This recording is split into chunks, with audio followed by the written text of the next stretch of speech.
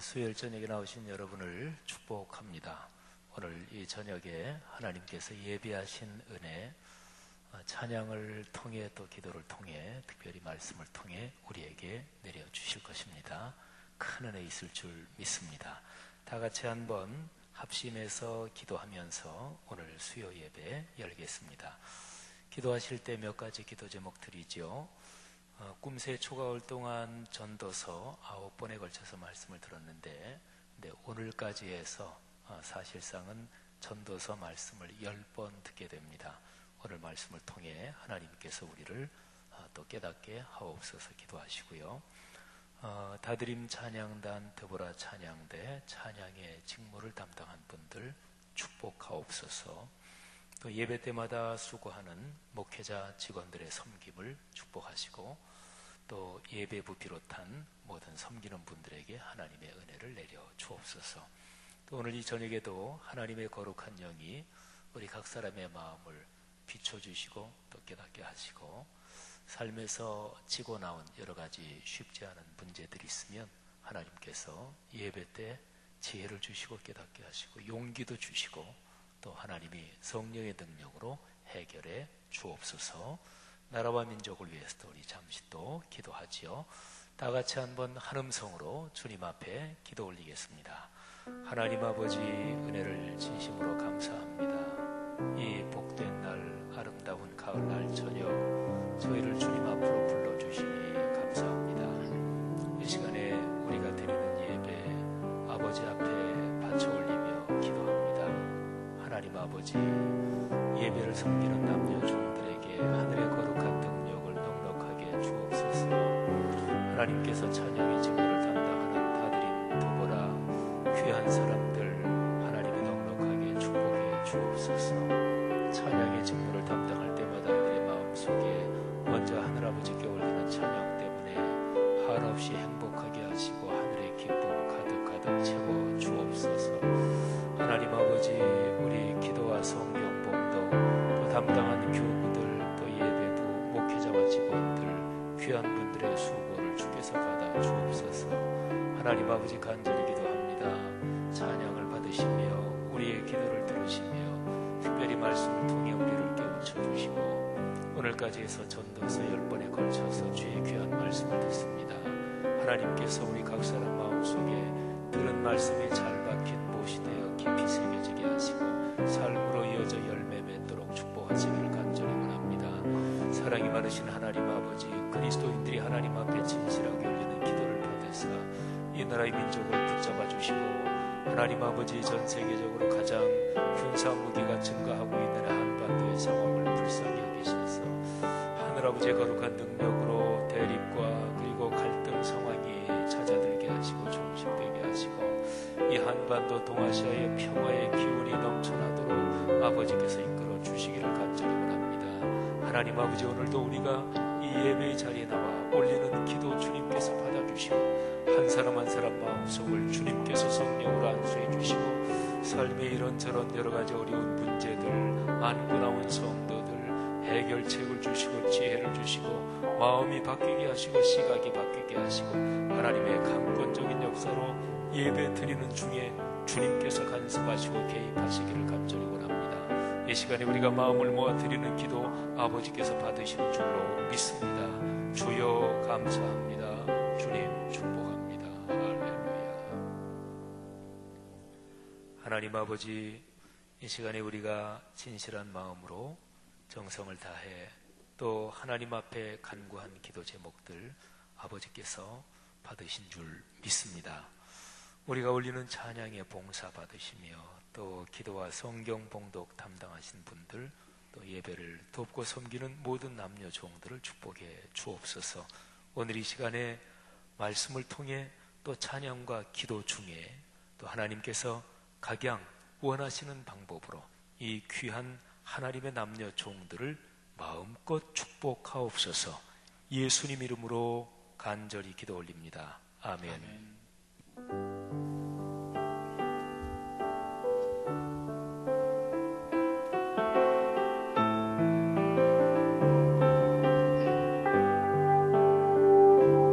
해 아래 새거 이 죄인 살리신 주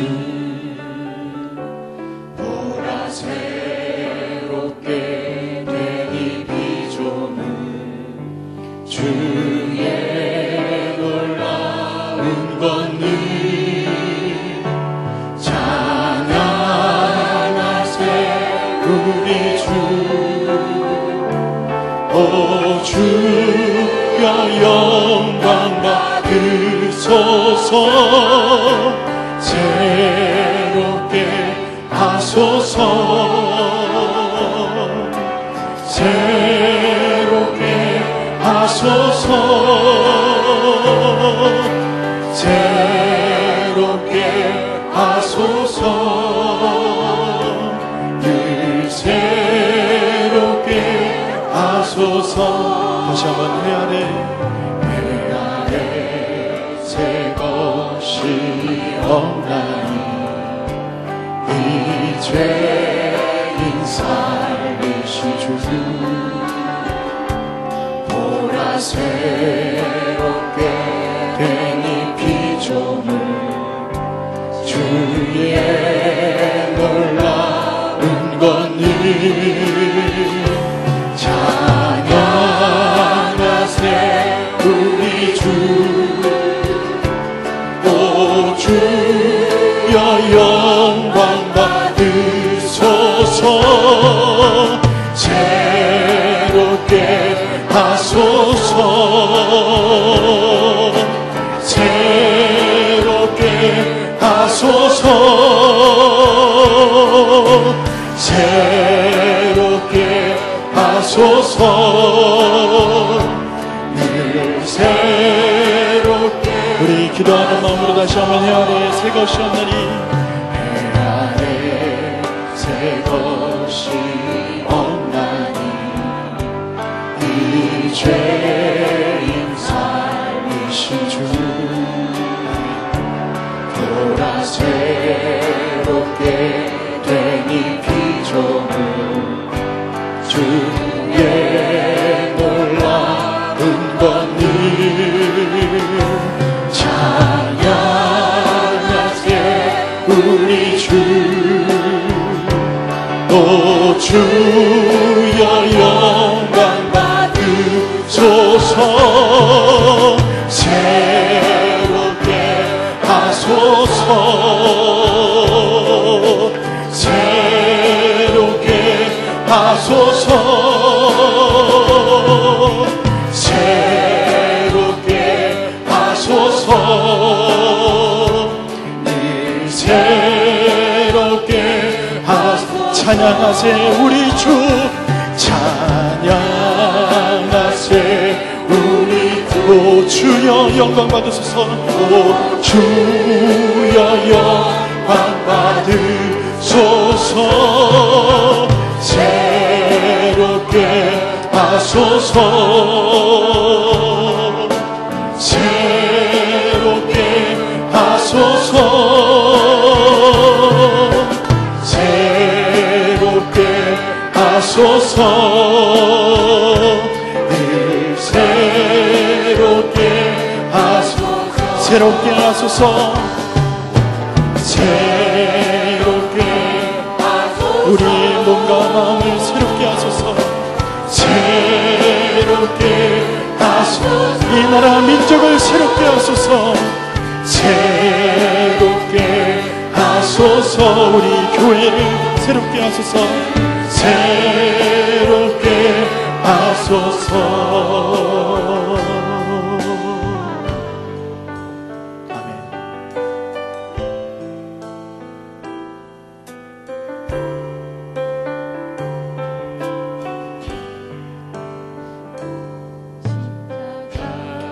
십자가 그 사랑 멀리 떠나서 무너진 나의 삶 속에 잊혀진 주 은혜 돌 같은 내 말을 만지사 다시 일으켜 세우신 주를 사랑합니다. 주 나를 보아시 날 붙드시리 나는 고배롭고 존귀한 주님의 자녀 주 너를 보아시고 주 너를 보아시고 널 붙드시리 너는 외롭고 존귀한 주의 자녀다. 지나간 일들을 기억하지 않고 이전에 행한 모든 일 생각지 않으리. 사막의 강물과 길을 내시는 주 내 안에 새를 내다실 주만 바라보 주 나를 구하시고 주 나를 보아시고 날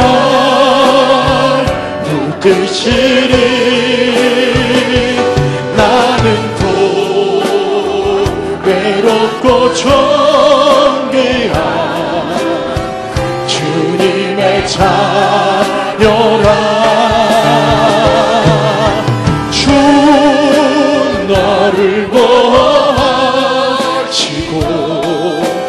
널 붙드시리 너는 고배롭고 외롭고 존귀한 주의 자녀 주 나를 보아시고 주 나를 보아시고 날 붙드시리 아멘. 주님 나는 외롭고 존귀한 주님의 자녀라. 주 너를 보아시고 널 붙드시리 너는 또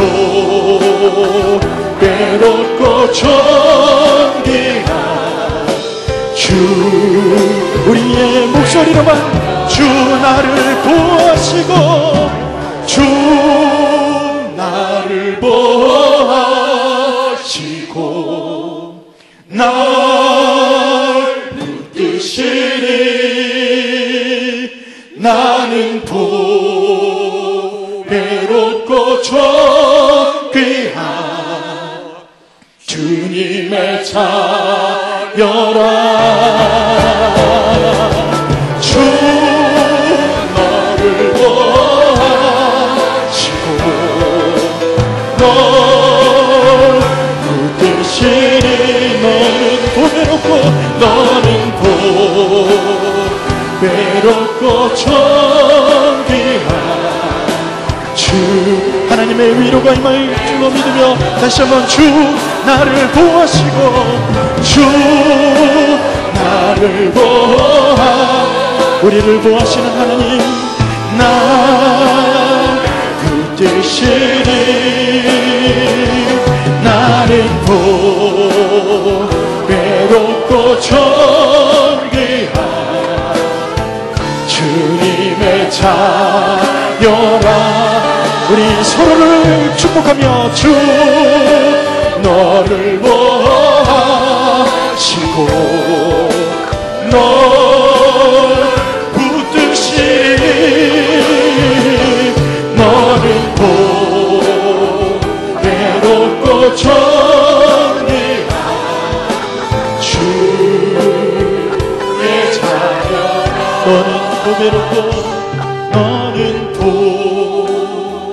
보배롭고 존귀한 주의 자녀. 우리 옆에 있는 사람을 보면서 너는 보배롭고 너는 보배롭고 존귀한 주의 자녀. 우리 목사님에게 너는 보배롭고 너는 보배롭고 존귀한 주의 자녀라. 이 시간 우리가 기도할 텐데, 오늘 두 찬양의 주제는 새롭게 하시는 하나님입니다. 하나님, 우리가 꿈새 가을의 기도라는 제재 아래 말씀을 듣고 우리에게 새로운 영을 허락하시고 새로운 마음을 허락하신 줄로 믿습니다. 오늘도 목사님을 통해서 가을의 기도, 이 모든 제목을 갈무리해서 우리에게 말씀을 전해주실 때 오늘 새롭게 되는 역사가 나타날 줄로 믿습니다. 목사님을 붙들어 주시옵소서. 우리 교회를 붙들어 주시옵소서. 우리 교회를 새롭게 하시고 우리 몸과 마음을 주님 새롭게 하여 주시옵소서. 우리 이 제목으로 우리 함께 기도하고 우리 두보다 찬양대의 찬양을 위해서도 우리 모든 섬기는 이들을 위해서 육교구를 위해서 여러분 특별히 헌신의 기도 아버지 하나님께 드려주시기 바랍니다. 우리 합심하여서 기도하겠습니다. 하나님 아버지 인도하여 주시옵소서. 주님께서 우리를 새롭게 하실 줄 믿습니다. 오늘도 말씀을 주시옵소서. 말씀 우리가 새롭게 되기를 소원합니다. 목사님을 붙들어 주시고 아버지 하나님 가을의 기도라는 꿈새의 그 모든 제목들을 모아서 이제 우리에게 말씀을 또 허락하시는데 이 말씀이 우리를 새롭게 하는 귀한 하나님의 말씀을 주시옵소서.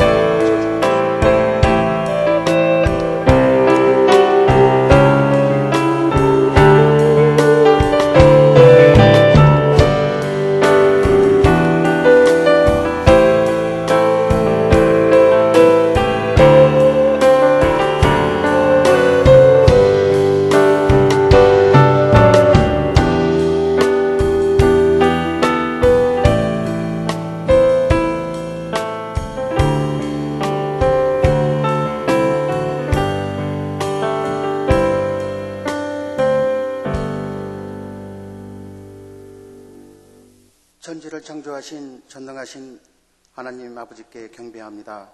부족하고 연약한 저희를 사랑해 주시니 감사합니다.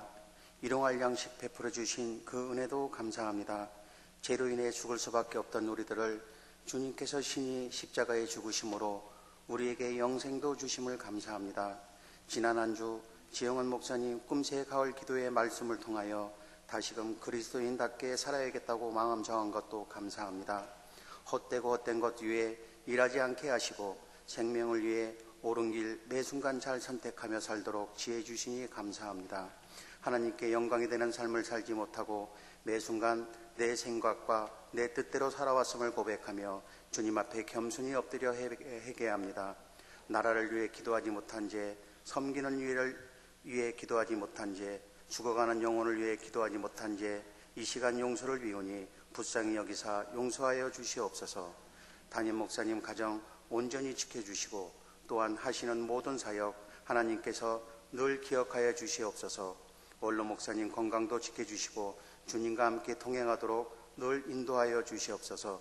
부목사님, 전도사님 사역도 풍성하게 인도하여 주시옵소서. 이 시간 전도서 말씀을 듣습니다. 듣는 우리는 어둠을 쫓아내는 삶이 되도록 빛이신 주님을 나의 주님으로 영원히 경외하며 내 자신을 날마다 점검하는 말씀 되게 하시옵소서. 예배를 돕는 두보라 성가대 다드림 찬양대를 축복하시고 육교고 임원들과 성도님들을 형통한 복으로 인도하여 주시옵소서. 하나님, 대한민국 우리나라를 보호해 주시옵소서. 분쟁과 다툼이 없이 서로 이해하며 조화를 이루는 살기 좋은 나라 평화를 위해 간절히 기도하오니 하나님이 원하시는 방향으로 인도하여 주시옵소서. 성락교회를 위해 한마음으로 기도합니다. 허물을 덮어주는 사랑의 교회, 늘 겸손한 마음으로 순종하며 섬김의 자사로 살아갈 수 있도록 도와주시옵소서. 여기에 모인 하나님 자녀들에게 하늘의 보화가 넘치게 하시고 주님의 부활이 전파되는 곳에 저들의 섬김도 함께 동참하여 주님의 명령을 지키며 하나님께 기쁨이 되는 자녀 되게 하시옵소서. 작은 신음에도 응답해 주시는 하나님께 영광 돌리며 모든 예배 주님께 위탁드리며 우리를 구원하신 주 예수 그리스도 이름으로 기도드렸사옵나이다. 아멘.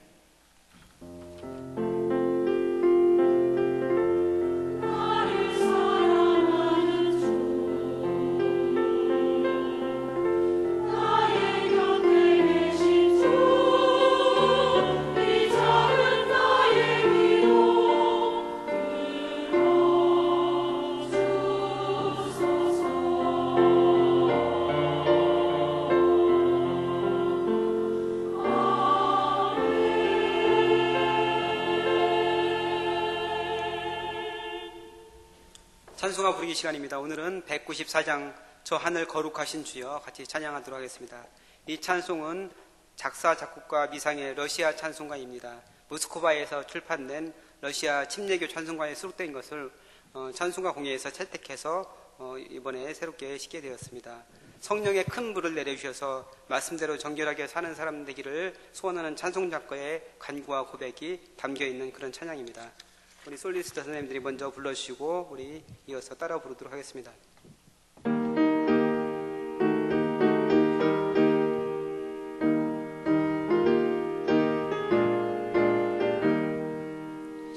저 하늘 거룩하신 주여 성령의 큰 불을 주소서. 내 영혼 기도 들어주사 성령의 큰 불을 주소서. 주 약속하신 말씀대로 다 정결케 하여 주소서. 그 거룩하신 이름 따라 성령의 큰 불을 주소서. 같이 따라 부르겠습니다. 저 하늘 거룩하신 주여 성령의 큰 불을 주소서. 내 영의 기도 들어주사 성령의 큰 불을 주소서. 주 약속하신 말씀대로 다 정결케 하여 주소서. 그 거룩하신 이름 따라 성령의 큰 불을 주소서. 내 주여 기도 들어주사 성령의 큰 불을 주소서. 주 말씀 따라 살아갈 때 성령의 큰 불을 주소서. 내 영혼 차고 넘치어서 새 사람이 만들어지고 내 헛된 것을 태우도록 성령의 큰 불을 주소서. 이 냉랭하고 악한 마음에 성령의 큰 불을 주소서. 내 마음에 사람 불타도록 성령의 큰 불을 주소서. 적한 세력 물리치고 나 참되게 살아가는 것 다 주님의 이시오니 성령의 큰 불을 주소서. 나 담대하고 순종하게 성령의 큰 불을 주소서. 나 주께 이웃 인도하게 성령의 큰 불을 주소서. 주세 다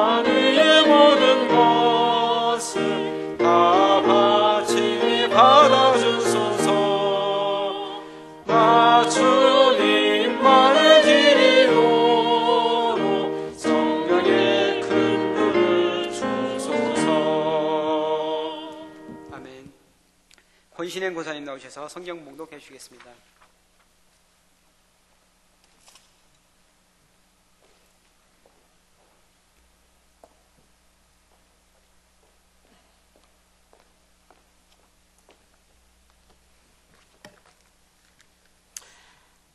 하나님의 말씀 전도서 8구절을 봉독해 드리겠습니다. 지혜가 많으면 번뇌도 많으니 지식을 더하는 자는 근심을 더하느니라. 하나님이 모든 것을 지으시되 때를 따라 아름답게 하셨고 또 사람들에게 영원을 사모하는 마음을 주셨느니라. 그러나 하나님이 하시는 일의 시종을 사람으로 측량할 수 없게 하셨도다. 한 사람이면 패하겠거니와 두 사람이면 맞설 수 있나니 새 겹줄은 쉽게 끊어지지 아니하느니라. 또한 어떤 사람에게든지 하나님이 재물과 부여를 그에게 주사 능히 누리게 하시며 제 몫을 받아 수고함으로 즐거워하게 하신 것은 하나님의 선물이라. 너는 이것도 잡으며 저것에서도 내 손을 놓지 아니하는 것이 좋으니 하나님을 경외하는 자는 이 모든 일에서 벗어날 것임이니라. 모든 산자들 중에서 들어있는 자에게는 누구나 소망이 있음은 너는 내 떡을 물 위에 던지라. 여러 날 후에 도로 찾으리라.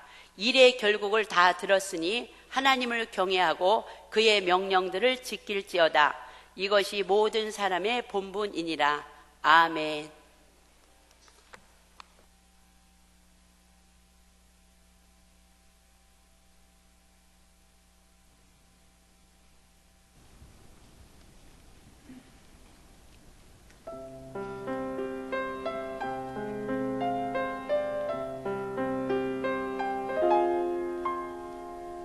주님 내게 주신 것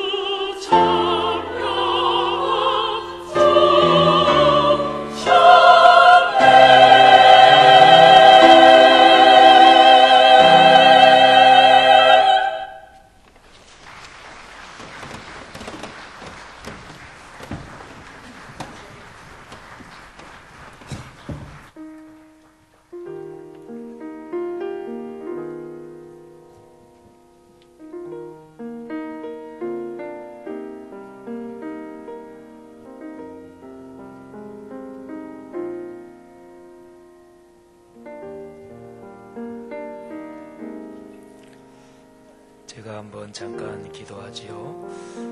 하나님 아버지, 은혜를 감사합니다. 오늘 이 복된 수요일 저녁에 저희를 주님 앞으로 불러주시니 감사하고, 또 찬양으로 하나님 앞에 우리의 마음을 올려드렸습니다. 또 우리가 올린 기도 주께서 받으심을 감사합니다. 또 드보라 찬양대 하나님 앞에 올린 찬양 주께서 받으시고 우리의 심정도 받으신 줄 믿습니다.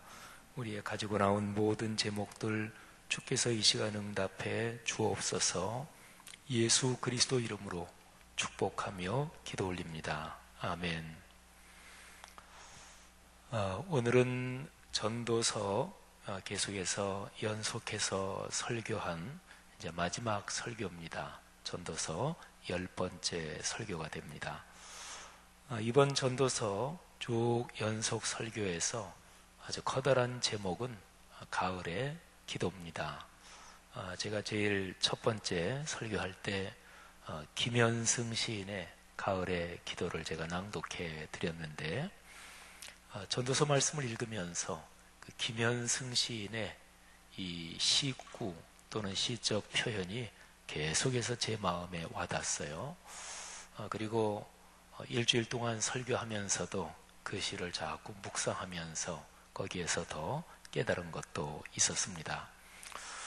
사실은 전도서 지난 주일 설교 9번 설교로 마감을 하려고 했는데, 가만히 생각해 보니까 못내 아쉬워서 그래서 제가 한 번 더 설교를 합니다. 그래서 오늘 설교의 제목은 전도서 후기, 이렇게 이제 또 한 번 한다. 그래서 전도서 후기 이렇게 붙였는데, 근데 오늘 사실은 이 설교의 내용적인 주제는요, 이거는 시간을 가꾸어 가야 된다. 시간을 가꾸어라. 이게 내용적으로 보면 제목이 그렇게 된다고 볼 수 있습니다. 사실은 목사로서 목회하면서 이제 목회자가 굉장히 비중을 두고 이건 참 중요하다고 생각하면서 말씀을 전할 때가 있어요. 대개 일정 기간 동안 연속 설교할 때, 또 아주 길게 몇 개월씩 그렇게 한 책을 가지고 강의 설교하는 그런 때도 있습니다만, 근데 그렇게 길지 않은 한 대략 10번 정도, 어떨 때는 서너 번 이렇게 연속 설교할 때는 그건 굉장히 중요하게 생각하고 또 집중해서 설교하는 거거든요. 목회자 마음에는 진짜 그런 설교는 모든 성도가 다 들었으면 좋겠다, 이런 심정이 간절하지요. 근데 목사 마음하고 성도들 마음이 똑같지는 않아요. 그거는 저도 목회하면서 잘 알고, 제가 마음이 좀 못된 사람 같으면 9번 설교 끝났지, 못 들은 사람 할 수 없지, 자기가 안 들은 거 어쩌겠어 이러지만 제가 마음이 아주 좋잖아요.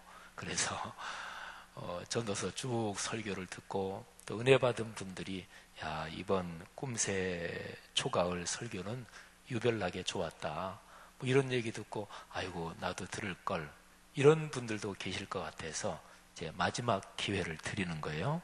그래서 오늘 이 수요일 설교는 전도서 전체 12장 가운데서 제일 핵심적인 그런 구절들을 제가 8개를 꼽았어요.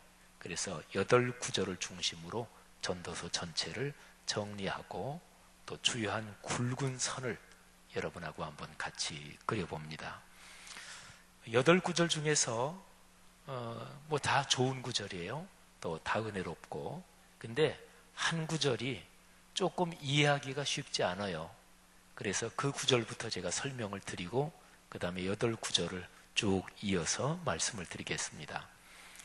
잘 이해가 하기 어려운 구절이 5번째 구절입니다. 7장 18절인데요. 먼저 제가 한번 읽어볼 테니까 들어보시죠. 너는 이것도 잡으며 저것에서도 내 손을 놓지 아니하는 것이 좋으니 하나님을 경외하는 자는 이 모든 일에서 벗어날 것임이니라. 아멘. 이게 얼른 이해가 가십니까? 너는 이것도 잡아라. 그렇다고 해서 저거는 손 놓으면 안 된다, 저것도 내 손을 놓지 말아라, 뭐 이것저것 둘 다 잡고 있어라 그런 거죠.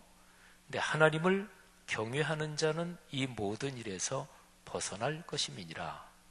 뭐 이거는 얼른 읽어서 이해가 안 가요. 나머지 구절들은 그냥 그 구절 하나만 읽어도 다 머리에 금방 이렇게 들어옵니다.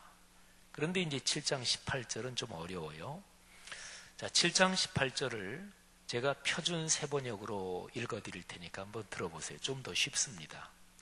하나를 붙잡되 다른 것도 놓치지 않는 것이 좋다. 하나님을 두려워하는 사람은 극단을 피한다.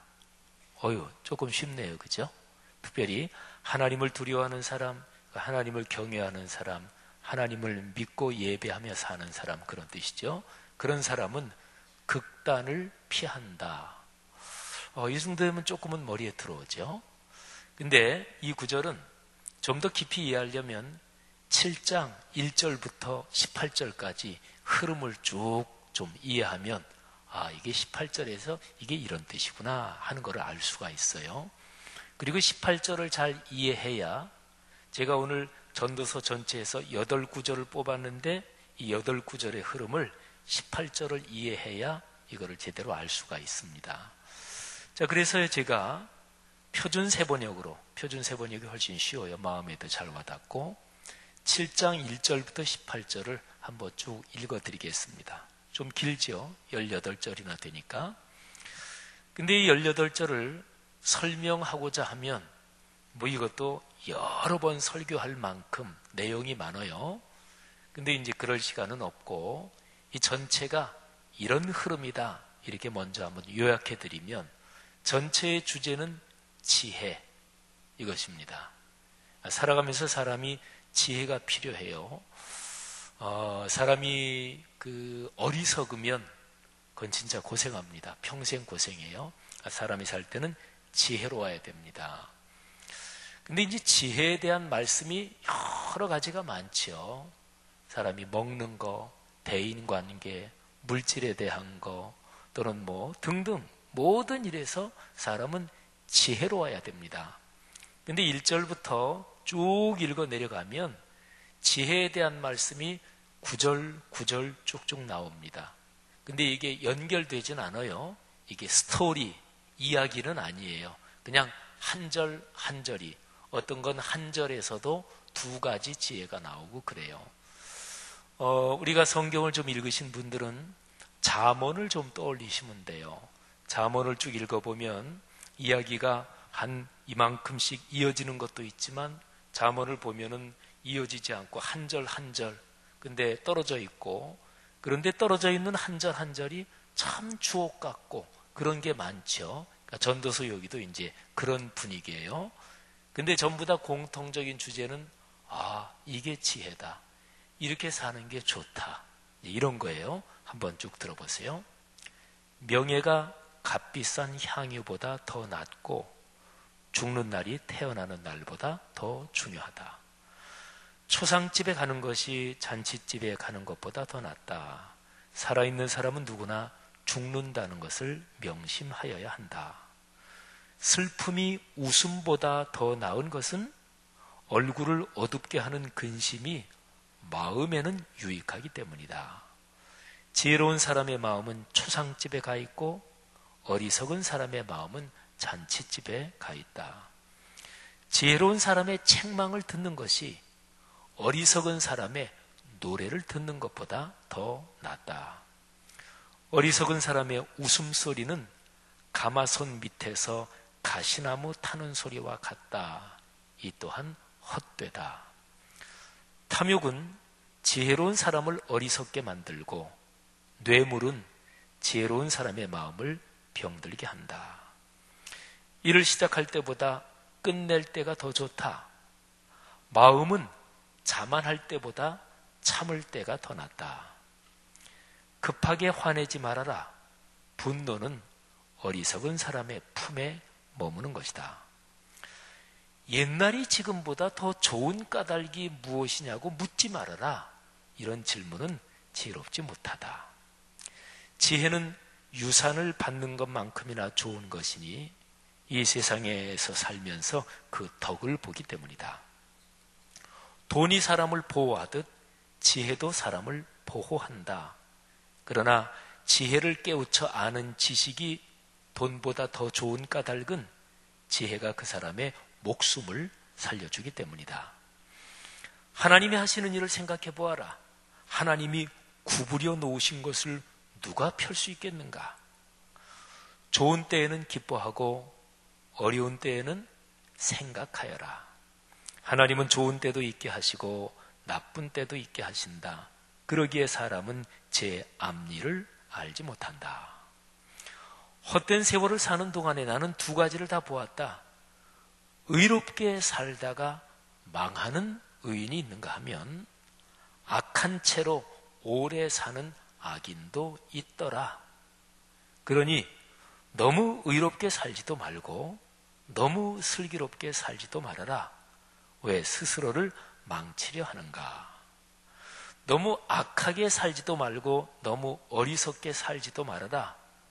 왜 제 명도 다 못 채우고 죽으려고 하는가? 이제 마지막 18절이에요. 제가 뽑은 거 5번째 구절. 하나를 붙잡되 다른 것도 놓치지 않는 것이 좋다.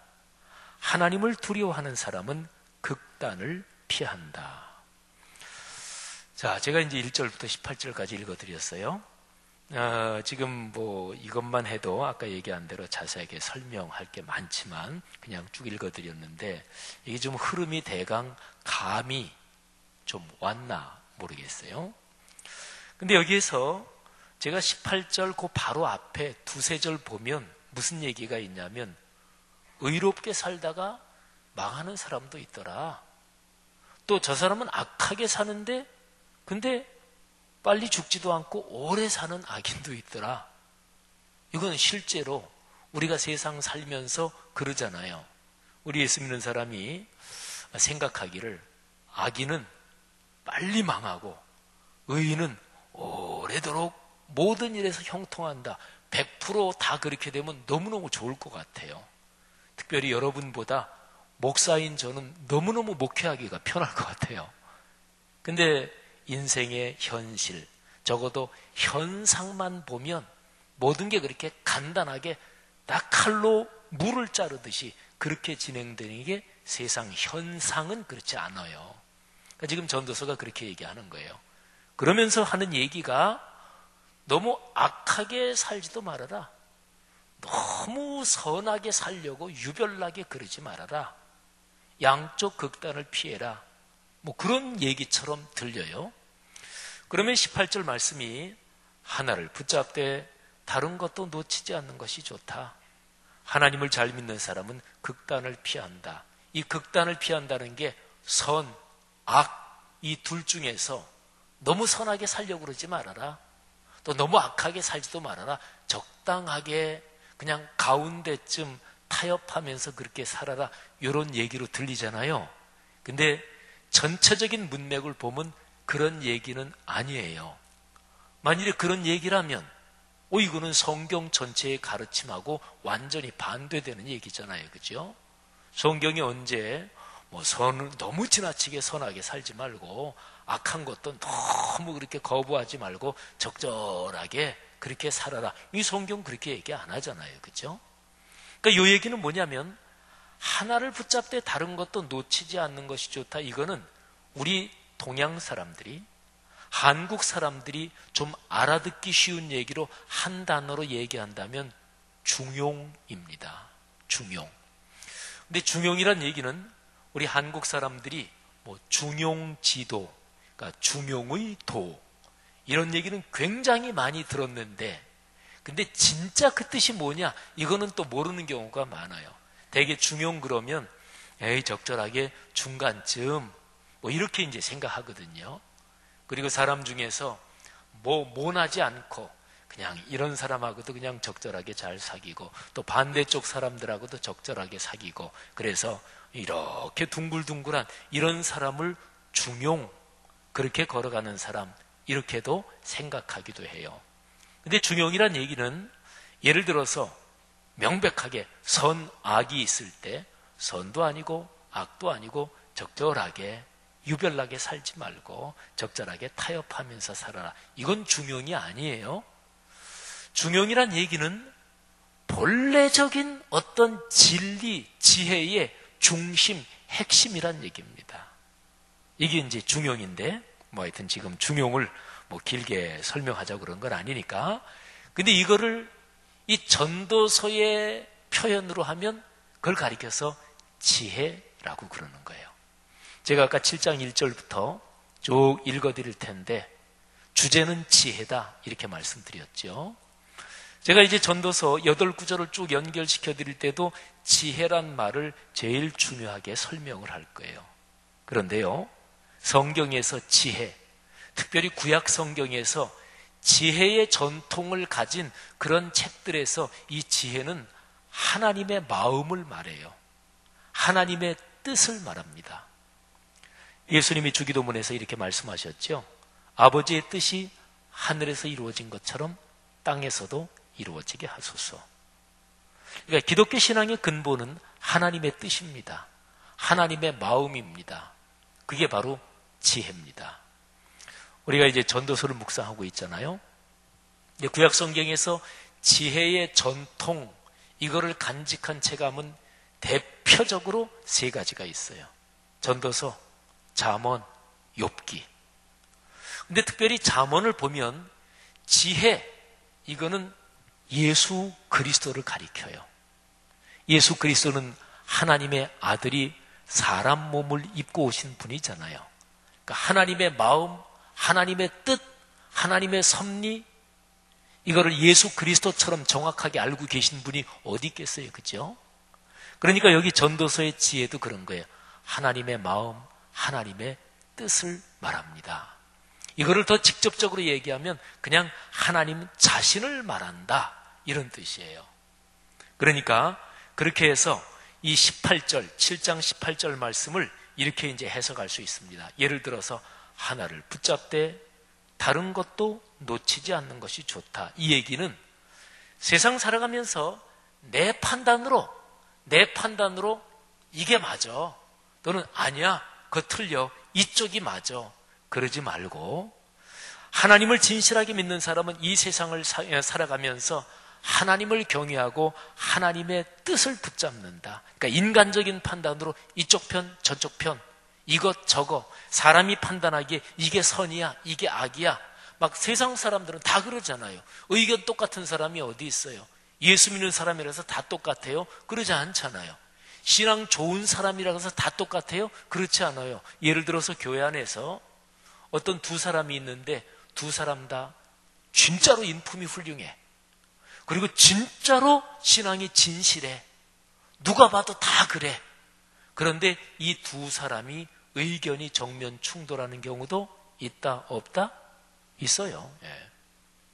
교회 안에서 서로 2사람이 갈등할 때 한 사람은 다른 사람이 보기에도 아유 저 사람은 좀 못됐어, 아유 저 사람은 어디 가나 싸우는 사람이야, 이러면 그거는 간단해요, 그렇죠? 근데 그게 아니고 교회 안에서 보면 누가 보기에도 이 2분이 진짜 훌륭해, 2분이 진짜 신앙생활 열심히 해, 그리고 2분이 참 진짜로 존경받아, 마음도 참 선해. 그런데 그 2사람이 충돌하는 경우도 종종 있어요. 인간 사회는 그런 거예요. 그러니까 하나님을 경외하는 사람, 하나님을 예배하는 사람은 제일 중요하게 생각하는 게 하나님의 뜻이 무엇이냐, 하나님의 진리가 무엇이냐, 그걸 바로 지혜라고 그러는데, 그거를 중심으로 삼기 때문에 이쪽 저쪽의 갈등에서 벗어난다, 이런 뜻입니다. 자, 7장 18절 설명드렸어요. 이게 제일 중요하기 때문에 7장 18절은 하나님의 마음, 하나님의 뜻, 지혜, 본래의 참 지혜, 그거를 붙들고 산다, 이런 거예요. 자, 그럼 보십시다. 1장 18절 첫 번째 구절이에요. 지혜가 많으면 번뇌도 많다. 지식을 더하는 자는 근심을 더한다. 자, 지혜라는 말 나오지요. 지혜가 많으면 번뇌도 많다. 그러니까 1장 18절 여기에서 중요한 거는 지혜를 상대화시키는 것입니다. 자, 전도서 우리가 쭉 말씀을 들었으니까 한번 잠깐 떠올려 보면 전도서는 모든 것을 헛되다 다 헛되다고 그래요. 다른 말로 말하면 사람이 이 세상에 살면서 그것 가지고 그거 성취하고 그거 움켜쥐고 싶어하는 모든 거를 쭉 하나하나 얘기하면서 다 헛되다고 하나씩 다 상대화시킵니다. 사람은 어떤 사람은 돈을 절대시해요. 아유, 돈 절대적인 거 아니야. 상대적인 거야. 명예를 절대시해요. 명예 상대적인 거야. 헛된 거야. 어떤 사람은 건강을 절대시합니다. 건강 절대적인 거 아니야. 다 헛된 거야. 지나가는 거야. 근데 부귀영화, 보통 사람들이 세상에 살면서 가지고 싶어하는 거를 가장 간단하게 하면 부귀영화예요. 그런 거를 다 상대화시키는데, 그런데 심지어 뭐까지 상대화시키느냐? 지식, 지혜까지 상대화시킵니다. 뭐 지식, 지혜, 요거는 조금은 뉘앙스가 다르죠. 지식은 주로 뭐 정보, 뭐 책을 가지고 공부해서 얻는 지식, 이런 뉘앙스가 강하고, 지혜는 이 지식보다 훨씬 더 근본적인 어떤 거예요. 그죠? 그런데요, 동서양을 막론하고, 그리고 성경에서도 가장 최고의 것, 그러면 그거는 지혜예요. 그리고 제가 조금 전에 말씀드렸죠.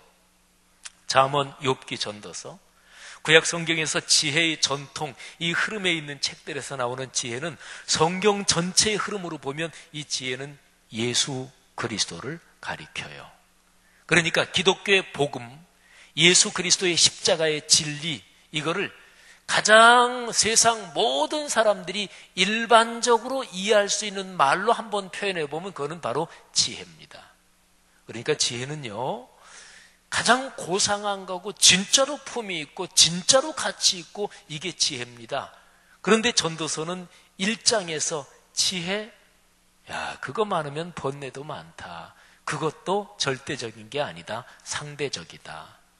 그러니까 모든 거를 다 상대화시키는데 대표적인 거 하나만 얘기하라. 그러면 지혜, 이거를 상대화시킨다. 이제 이렇게 보시면 돼요. 지혜도 절대적인 게 아닌데 다른 게 뭐가 절대적인 게 있겠어요? 이게 1장 18절은 그거예요. 자, 보세요. 사람이 살면서 제일 소중한 거를 만나려면 그거 빼놓고 다른 거는 다 상대화 시켜야 돼요. 예수님이 하신 말씀 중에 이런 게 있죠. 어떤 진주 장사가 자기가 진주 장사인데 살면서 이렇게 아름다운 진주는 처음 봤어. 그래서 그거를 발견하고 자기 있는 모든 거를 다 팔아서 그 진주를 샀다. 그죠? 그러니까 진주를 딱 보는 순간 다른 거는 다 상대적으로 되는 거예요. 그래서 그거 하나만 절대적이 되는 거예요. 전도서 전체의 구조는 그렇습니다. 헛되다 이런 게 쭉 나오는데, 그건 다른 말로 말하면 다 상대적이다. 다 지나가는 거다. 다 헛된 거다. 영원한 거 아니다. 그런데 진짜로 영원하고 진짜로 귀한 거, 요거 하나를 얻기 위해서 다른 거는 전부 다 놔야 된다. 이게 전도서의 기본 구조예요. 근데 여러분, 이거는 이 세상에 사는 사람들도 역시 마찬가지입니다.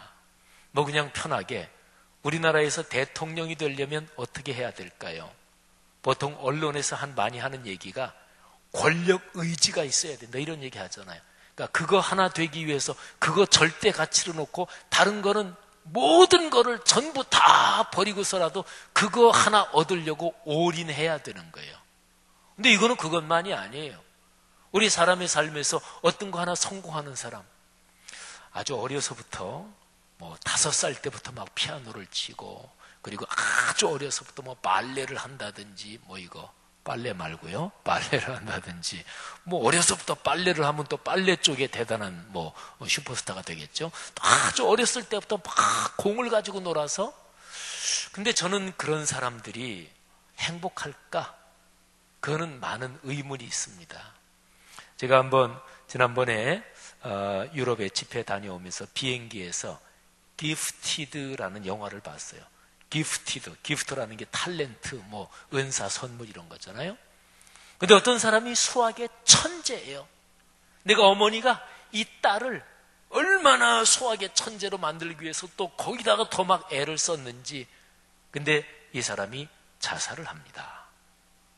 그러니까 자기는 수학의 천재지만 행복하지 못한 거예요. 그런데 자기 딸이 또 수학의 천재예요. 근데 이 자살한 이 어머니는 자기 딸이 평범하게 크기를 바라요. 여러분, 보통 세상에서 어느 하나를 얻기 위해서는 사실은 다른 거를 전부 다 내려놓습니다. 그걸 얻기 위해서 모든 거는 상대화됩니다. 자, 이거를 다른 말로, 성경적인 말로 표현하면 이렇습니다.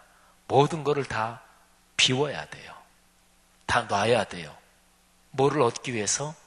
하나님을 얻기 위해서.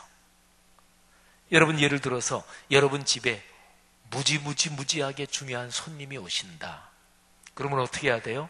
다른 거 다 버려두고 다 밀어두고 그 손님 맞이기 위해서 온통 준비를 다 해야 돼요. 그죠?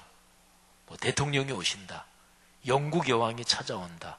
뭐 이 세상 사는 사람 중에서 뭐 누구를 좀 머리에 떠올려야 될까요? 그러면 다른 걸 다 제쳐놓고 그 일 하나를 위해서 온통 다 준비하는 거지요. 하나님이 찾아오십니다. 하나님을 내 마음에 모시기를 원하는 거예요. 하나님의 뜻, 하나님의 진리, 지혜, 그거를 얻고 싶은 거예요. 그래서 다른 모든 것을 상대화시키는 거예요. 자, 1장 18절.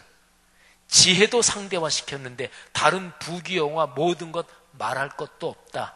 나를 비워야 된다. 상대화시켜야 된다. 이게 바로 1장 18절이에요. 그리고 아까 설명드린 7장 18절.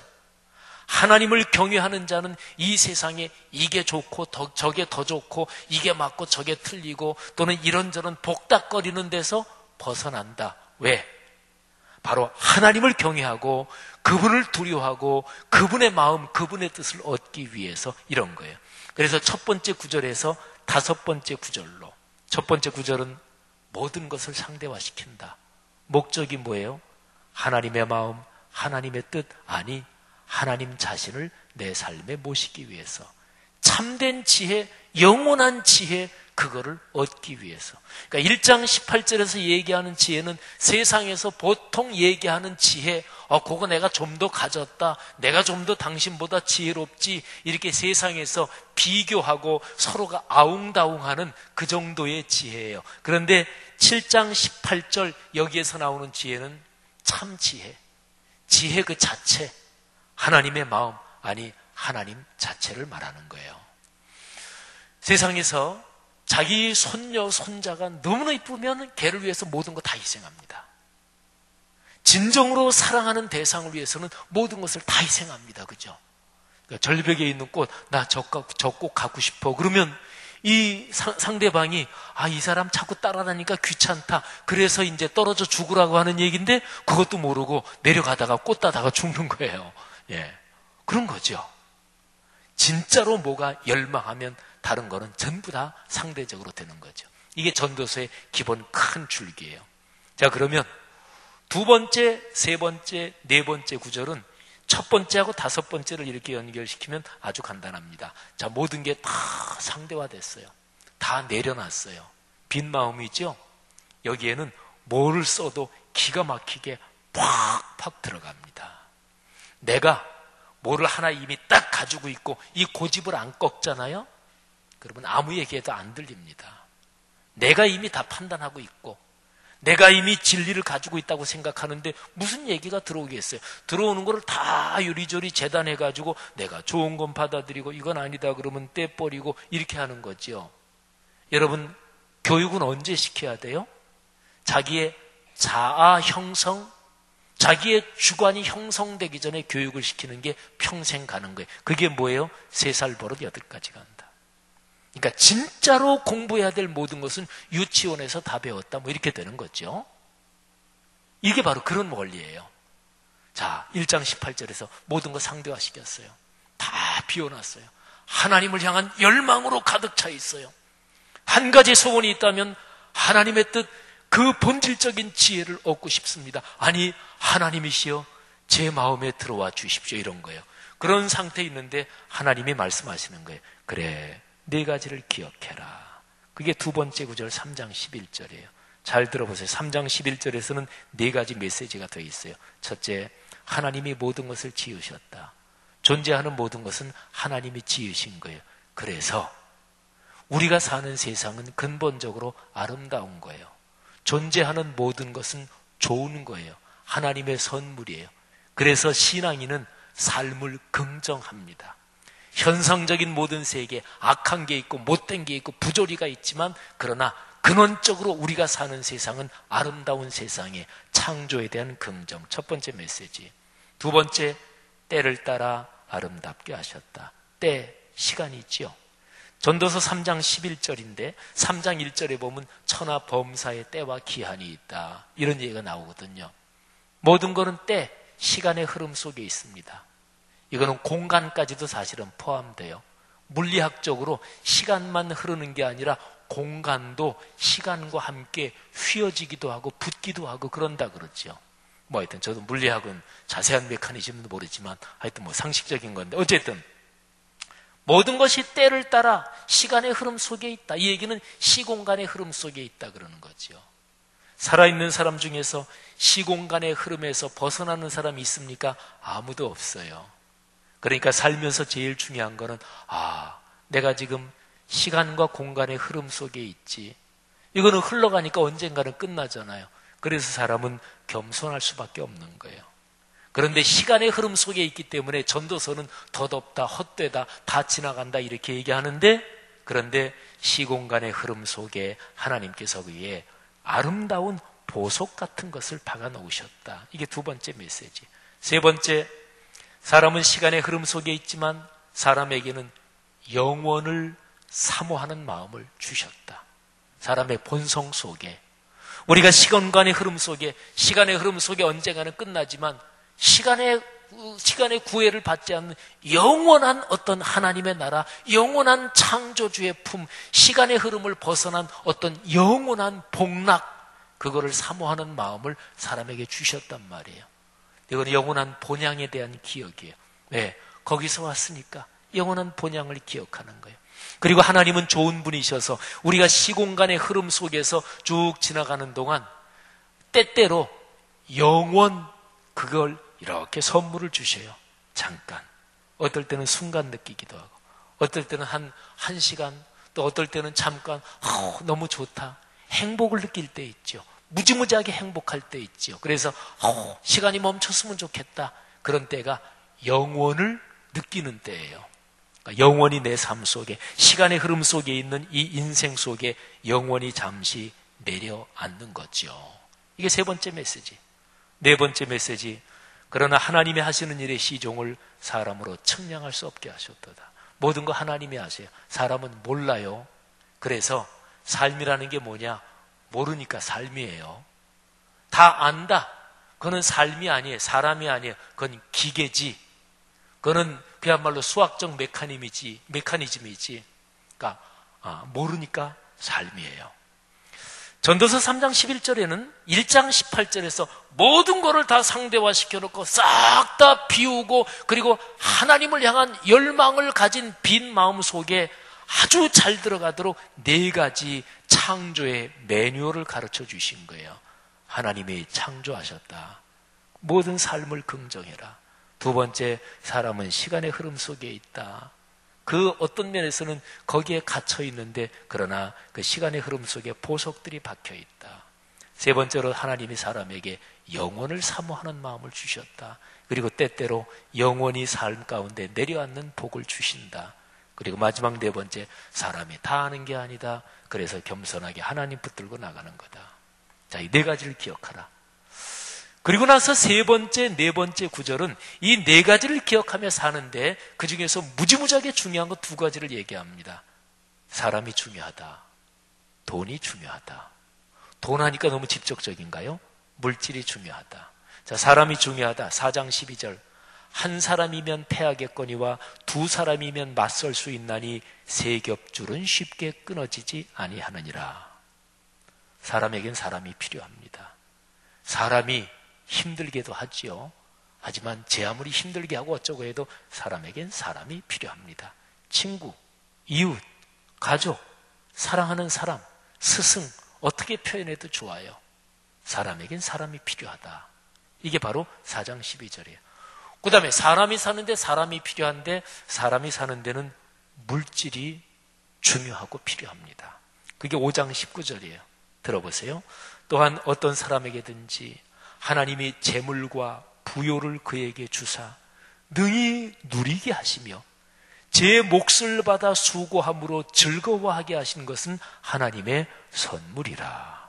중요한 것은 재물과 부요를 그에게 주셨는데 중요한 것은 받았다가 중요한 게 아니라 능히 누리게 하신다. 누린다는 게 중요해요. 전도서에서는 재물이 엄청 많다. 근데 누리지 못하다. 그건 헛된 거다. 이렇게 얘기하거든요. 재물을 받아서 누리는 거. 그리고 제 몫의 재물을 받아서 즐거워하게, 그러면서 즐거워하면서 쓰는 거. 이거 하나님의 선물이다. 기독교 신앙은 물질을 좋은 것이라고 가르칩니다. 여러분, 한 나라가 선진국이 되려면 부자, 열심히 일해서 돈 많이 버는 부자를 존경하는 문화가 정착이 돼야 돼요. 자, 여러분, 굉장히 실질적인 거 아니에요? 사람이 살면서 뭐가 제일 필요할까요? 왜 사람에게 사람이 필요하지. 친구, 가족, 또는 배우자, 또는 사랑하는 사람, 스승, 하여튼 사람이 사람 옆에 사람이 있어야 사는 거예요. 그 다음에 당연한 일이지만 물질이 있어야 살죠. 자, 그럼 보세요. 모든 것을 다 비우고 상대화시킵니다. 1장 18절. 비워라. 그리고 한 가지 열망을 가져요. 하나님을 주옵소서. 그렇게 빈 마음에 매뉴얼 4가지를 딱 쓰는 거예요. 그리고서 2가지가 중요하다. 사람이 있어야 된다. 물질이 있어야 된다. 그러면서 근본적인 지혜, 하나님을 경외하는 근본적인 지혜를 가진 사람은 이 세상에 이런데 저런데 극단에 빠지지 않고 진짜로 성경적인 중용, 하나님의 뜻을 꼭 붙잡고 산다. 성도 여러분, 이런 삶이 되시기를 주님의 이름으로 축복합니다. 이게 5구절이에요. 자, 그리고 나머지 3구절은 그거를 또 진짜로 더 간단하게 요약합니다. 자, 9장 4절 중에서 앞부분만이에요. 6번째 구절이죠. 모든 산자들 중에 들어있는 자에게는 누구에게나 소망이 있음은. 자, 이게 개역개정판 우리가 쓰는 성경인데 이거를 쉬운 성경으로 제가 2가지를 읽어드릴게요. 자, 공동번역. 그렇다. 사람이란 산자들과 어울려 지내는 동안 희망이 있다. 훨씬 쉽죠? 자, 그 다음에 표준 3번역을 읽어드릴게요. 좀 더 짧으면서도 명확합니다. 살아있는 사람에게는 쉼표, 누구나 희망이 있다. 살아있는 사람에게는 누구나 희망이 있다. 오늘 여기 나와 계신 분 중에서 살아있지 않은 분들 계신가요? 아무도 안 계세요. 다 살아있는 분들만 계시네요. 여기 계신 분들한테는 다 희망이 있대요. 제 얘기 아니에요. 성경 얘기예요. 전도서 9장 4절 전반부 얘기입니다. 살아있는 사람에게는 희망이 있대요. 목사님, 그것도 사람 나름이지. 근데 성경을 꼭 그런 식으로 듣는 사람이 있어요. 목사가 진짜로 강조해서 얘기하는데 그냥 한마디로 탁 쳐버려요. 그런 말씀 다 들어봤어요. 다 해봤어요. 사람 나름이죠. 그게 다 그렇게 되겠어요? 그런 마음 가지는 사람한테 제일 설교하기 힘들어요. 안 들어가요. 또 들을 때는 은혜 받은 것 같은데 그 사람의 삶에는 전혀 적용이 안 됩니다. 성경 말씀을 듣고 성경 말씀이 내 삶의 축복으로 와닿을 수 있는 기본 조건, 말씀을 말씀으로 인정해야 돼요. 말씀을 옛날 얘기로 들으면 안 돼요. 말씀을 그저 좋은 강연 하나 들어볼까? 그렇게 해서는 말씀이 은혜가 되지 않아요. 그러니까 기독교 신앙은 그거예요. 성경에서 해석의 여지가 있다. 그런 구절도 물론 있어요. 그런데 성경에 심플하게 쓰여져 있어서 이거는 단순하게 이 얘기다. 그런 거는 적어도 자꾸 그렇군요. 아멘. 이렇게 받아들이는 훈련을 해야 돼요. 이 훈련이 안 되면 30년, 50년 예수 믿어도 말씀 그 사람 속에 안 들어갑니다. 평생 예수 믿었는데도 근데 세상의 상식 가지고 성경 다 재단해요. 그러니까 평생 예수 믿었는데도 성경 말씀은 그 사람 속에 전혀 정착이 안 되고 예수 믿은 거나 불교 믿은 거나 비슷해요. 불교에 좋은 말씀 많은 거 아시죠? 또 다른 종교에도 좋은 말씀 많은 거 아시죠? 사이비 2단 빼놓고는 세상의 모든 종교에는 다 도덕윤리적으로 좋은 말씀들 다 있어요. 물론 예수 그리스도에 대한 구원, 이게 없는 게 이제 특별한 차이지만 사랑하신 여러분, 전도서 9장 4절 전반부가 얘기합니다. 다시 한번 들으십시오. 살아있는 사람에게는 누구나 희망이 있다. 이런 걸 들을 때는 내가 살아있지. 근데 희망이 있다는구나. 그렇지. 주님 감사합니다. 이렇게 받는 거죠. 그러시기를 축복합니다. 지금 혹시 요즘 여러분의 삶에서 진짜 희망도 없고 진짜 너무나 힘들고, 근데 이런 말씀을 들을 때 마음이 열려 있으면 갑자기 확 하고 오는 거예요. 그래, 희망이 있지. 요즘 계속 힘들어. 계속 그냥 여러 가지 때문에 막 복잡해. 모든 거 다 내려놓고 그냥 어디 그냥 떠나버리고 싶어. 요즘 점점 계속해서 스트레스 쌓이고 그러는데 이 말씀 하나 들으면서 이게 갑자기 180도 확 뒤집어져 버리기도 하는 거예요. 그래서 갑자기 마음속에 희망이 그냥 하늘에서 폭포수가 쏟아지듯이 갑자기 퍽 하고 빛이 비치는 거예요. 그게 말씀의 역사예요. 그러시기를 축복합니다. 자, 그러니까 마지막 3절에서 다시 한번 정리하는데, 사는 동안 살아있지 않느냐? 그러면 됐지 뭐. 아직 살아있는데. 근데 살아있으면서 2가지가 중요하대요. 첫째, 모든 사람에게 선을 베풀어라. 인간관계. 2번째, 하나님을 예배하면서 살아라. 모든 관계는 이 2가지로 다 정리될 수 있잖아요. 어떤 사람에게든지 선행을 베풀어라. 그게 11장 1절이에요. 너는 내 떡을 물 위에 던져라. 여러 날 후에 도로 찾으리라. 내가 좋은 사람, 내 마음에 드는 사람, 내가 저 사람한테 옛날에 신세졌지. 그런 사람한테는 당연히 잘해야 돼요. 사람이 사람인 게 보은을 알기 때문에 사람인 거예요. 은혜를 잊어버리면 그게 어찌 사람이에요. 짐승이지 하면 이게 짐승들이 참 기분 나빠한다 그래서 그 얘기를 하기가 좀 힘들고 뭐라고 비유해야 할지 모르겠네요. 내가 신세진 사람한테 보은하는 건 당연한 거죠. 근데 신세 안 진 사람한테도, 또 내가 이렇게 관계가 안 좋은 사람한테도, 하여간 누구에게나 떡을 물 위에 던지라는 게 그거예요.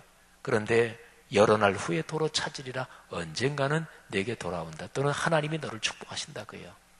누구를 만나든지 어떤 상황에서든지 호의와 선의를 가지고 사람을 대해라. 이게 첫 번째, 인간관계. 그 다음에 2번째는 하나님과의 관계. 12장 13절, 일의 결국을 다 들었으니 하나님을 경외하고 그의 명령들을 지킬지어다. 이것이 모든 사람의 본분이니라. 아멘.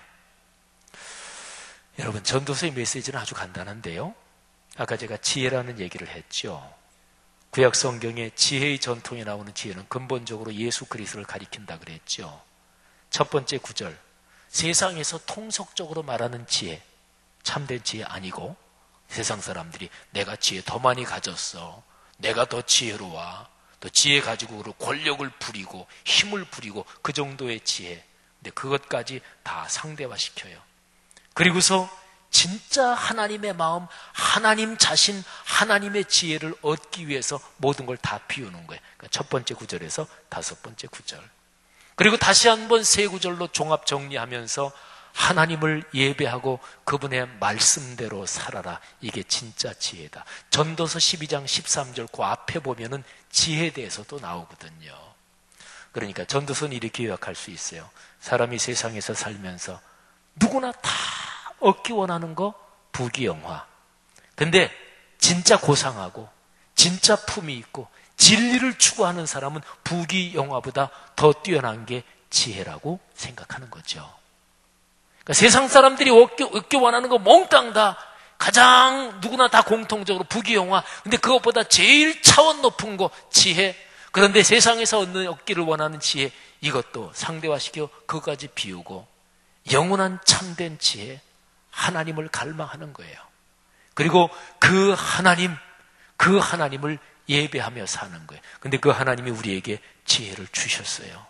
그게 66권 성경 말씀이에요.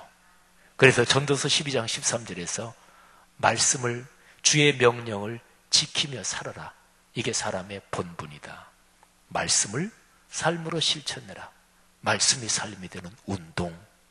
그게 하나님이 처음 사람을 창조하실 때 이거는 사람이라는 존재, 이거는 네 몫이야. 개를 창조하고 너는 냄새 잘 맡고 잘 뛰는 거, 이게 네 몫이야. 코끼리 창조하고 너는 덩치가 큰 게 이게 네 몫이야. 오늘 잠깐 텔레비전 보니까 바다에서 엄청나게 큰 고래, 긴 흰수염 고래, 그거는 엄청 커가지고 동작도 느려요. 그런데 정어리떼가 뭐 1km 넘게 바다에서 어마어마한 정어리떼가 뭉치로 몰려다니는데 다른 뭐 고래, 상어 뭐 이런 것들이 다 정어리떼를 먹으러 오는 거예요. 근데 다 정어리떼를 먹으러 오는데 막 엄청나게 셀 수 없이 많은 정어리떼가 꼭 한 마리처럼 움직이는 거예요. 근데 그냥 상어, 고래 뭐 다 와서 먹는데 제일 마지막에 흰수염 고래, 그 덩치 큰 게 와서 근데 천천히 움직여요. 근데 맨 마지막으로 정어리떼가 이만큼 몰려있는 거를 입을 한번 이렇게 벌려가지고 한꺼번에 다 먹어요. 그래, 긴 흰수염 고래, 내 몫은 너는 덩치가 크고 너는 동작이 느리지만 입 한 번 벌려가지고 한꺼번에 몇 톤을 먹는 거예요. 몇 톤을. 이거는 너한테 준 몫이야. 사람한테 준 몫은 내 창조주의 말씀을 삶으로 지켜 사는 게 이게 내 몫이야. 요거 빼놓고 다른 거 몇 가지나 가지면 이거하고 맘먹을 수 있겠어요? 없어요. 요게 있어야 사람이다. 사람이 사람인 것은 창조주의 말씀을 지키며 사는 거다. 말씀이 삶이 되는 거다. 말씀 삼운동, 여기에 헌신하는 게 그게 사람이다 하는 거죠. 성도 여러분, 이런 축복 우리 모두의 삶에 넉넉하기를 주님의 이름으로 축복합니다. 전도서 3장 11절에 때를 따라 아름답게 하셨고 그랬죠. 우리는 다 시공간 속에 살아가고 시공간이 지나면서 모든 것은 다 낡고 노쇠해지고 나이 먹고 건강 약해지고, 그런데 하나님께서 시간의 흐름 속에 보석들을 숨겨 놓으셨어요. 영원히 내려앉은 그 아름다움을 허락하셨어요. 그래서 우리는 시간 속을 살아가면서 주님이 주신 시간, 그리고 주님이 정하신 때에 거기에 아름다움이 있고 거기에 보석이 있지. 중요한 것은 주의 뜻이 이루어지는 거지. 이런 고백과 갈망을 가지는 거죠. 이런데 아주 적합한 찬송이 있어요. 623장입니다. 623장 한번 우리 지연 씨가 피아노 칠 때 한번 1절을 쭉 한번 들어보시죠. 가사 623장 띄워주시고요.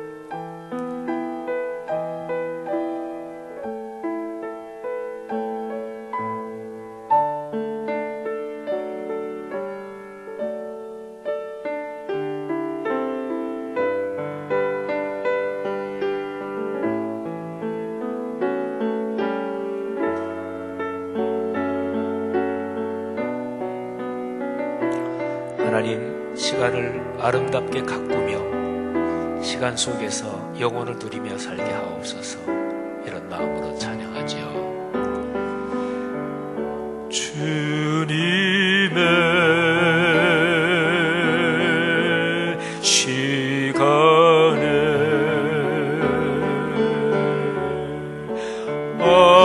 아름답게 모든 것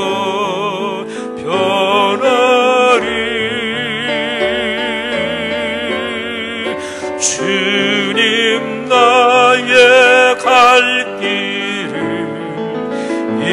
인도하여 주시니 주의 뜻을 따라서 살리라. 1절 다시 한번. 주님의 시간에 아름답게 모든 것 변하리. 주님 나의 갈 길을 인도하여 주시니 주의 뜻을 따라서 살리라. 주님의 시간에 주님의 시간에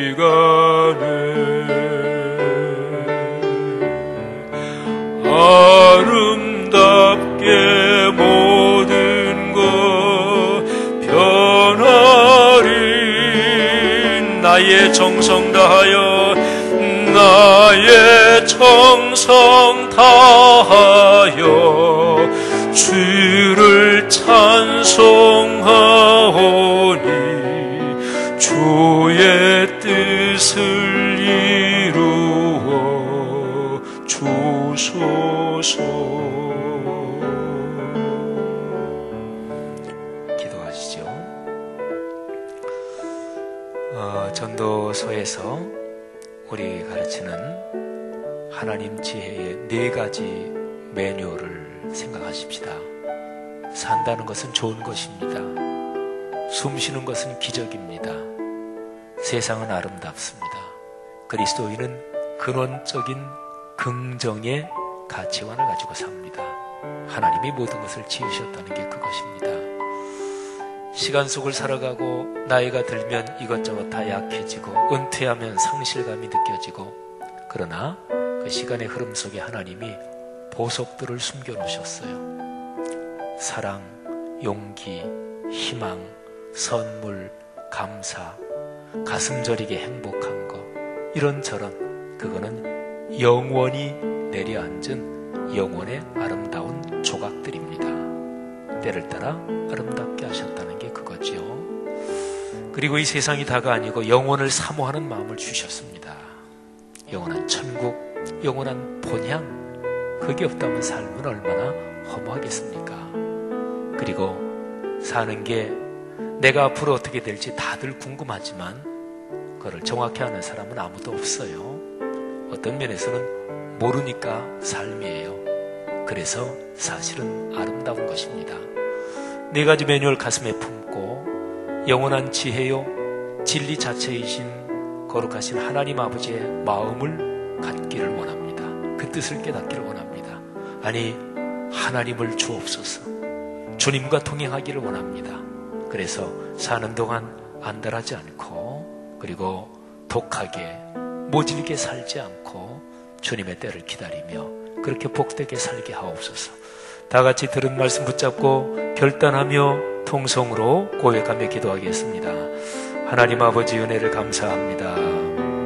주의 거룩한 사랑, 그의 은총을 진심으로 감사합니다. 하나님, 이번 초가을에 전도서의 말씀으로 저희의 마음에 은혜의 단비를 주시니 감사합니다.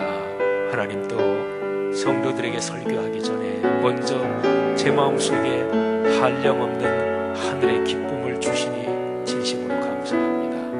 아버지, 설교자로 인생길 걸어가며 다른 사람에게 설교하기 전에 제가 묵상하는 말씀이 먼저 제 자신에게 복이 되게 하시고, 설교하기 전에 그 말씀에 먼저 제 자신을 결단하도록 늘 그렇게 축복해 주옵소서.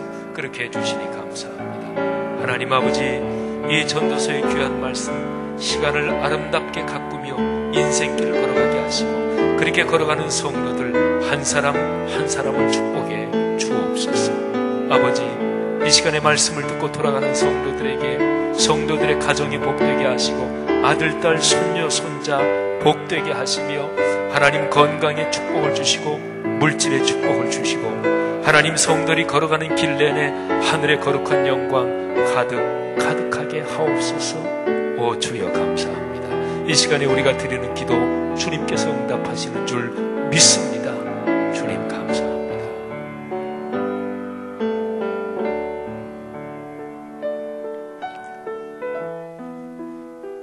하나님 아버지, 은혜를 감사합니다. 올해 2017년 이 가을, 이 초가을은 어쩌면은 평생 마음속에 기억에 남을지도 모르겠습니다. 성경에서 참 유별난 책, 독특한 책, 전도서가 그렇게 은혜의 깊이가 끝이 없고, 또 저 하늘의 그 아름다운 축복과 직통으로 연결된 것 생각하면서 감격하고 감사합니다. 하나님, 이 전도서 말씀 그 가르침 따라 살겠습니다. 4가지 매뉴얼 따라 살겠습니다. 사람을 사랑하며 또 하나님이 주신 물질 귀한 줄 알고 감사하며 살겠습니다.